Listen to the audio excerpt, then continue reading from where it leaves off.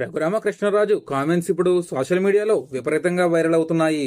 TDP కూటమిపై అసంతృప్తితో ఉన్నారా అన్న అనుమానాలు కూడా కలుగుతున్నాయి. ఇప్పుడు ఏపీ పాలిటిక్స్ సర్కిల్లో ఇదే చర్చ నడుస్తోంది. ఏపీలో టీడీపీ కూటమి ఏడాది పాలన పూర్తి చేసుకుంది. ఈ సందర్భంగా సుపరిపాలనకు తొలి అడుగు పేరుతో అమరావతిలో భారీ సభను ఏర్పాటు చేశారు.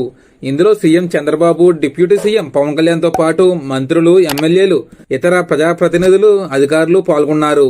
అయితే ఈ సభలో ఎమ్మెల్యేలకు ఘోర అవమానం జరిగిందని ఆవేదన వ్యక్తం చేశారు రఘురామకృష్ణరాజు. అలా చేయడం తప్పు అని వ్యాఖ్యానించారు. కలెక్టర్లు, ఎస్పీలు, ఎంపీలను ఓ టేబుల్ దగ్గర కూర్చోబెట్టారని, ఎమ్మెల్యేలను మాత్రం మరో టేబుల్ దగ్గర కార్పొరేషన్ డైరెక్టర్లతో కూర్చోబెట్టారని తప్పుపట్టారు రఘురామకృష్ణరాజు. ఎమ్మెల్యేల నుంచి అభ్యంతరాలు వచ్చాయని, చాలా మంది ఫిర్యాదు చేసినట్లు కూడా డిప్యూటీ స్పీకర్ చెప్పుకొచ్చారు. స్పీకర్తో పాటు తనను సైతం ఆహ్వానించలేదని ఆవేదన వ్యక్తం చేశారు.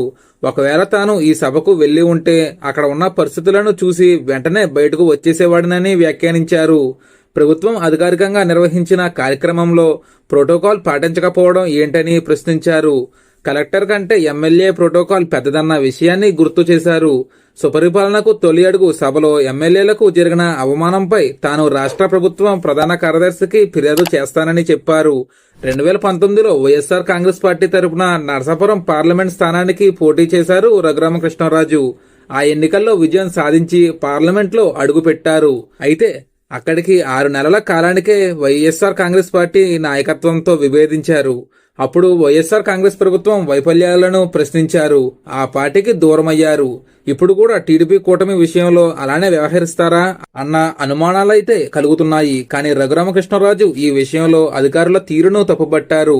వారిపైనే ఫిర్యాదు చేస్తానని చెప్పుకొచ్చారు. మొత్తానికైతే రఘురామకృష్ణరాజు పెద్ద కలకలమే సృష్టించారని చెప్పాలి.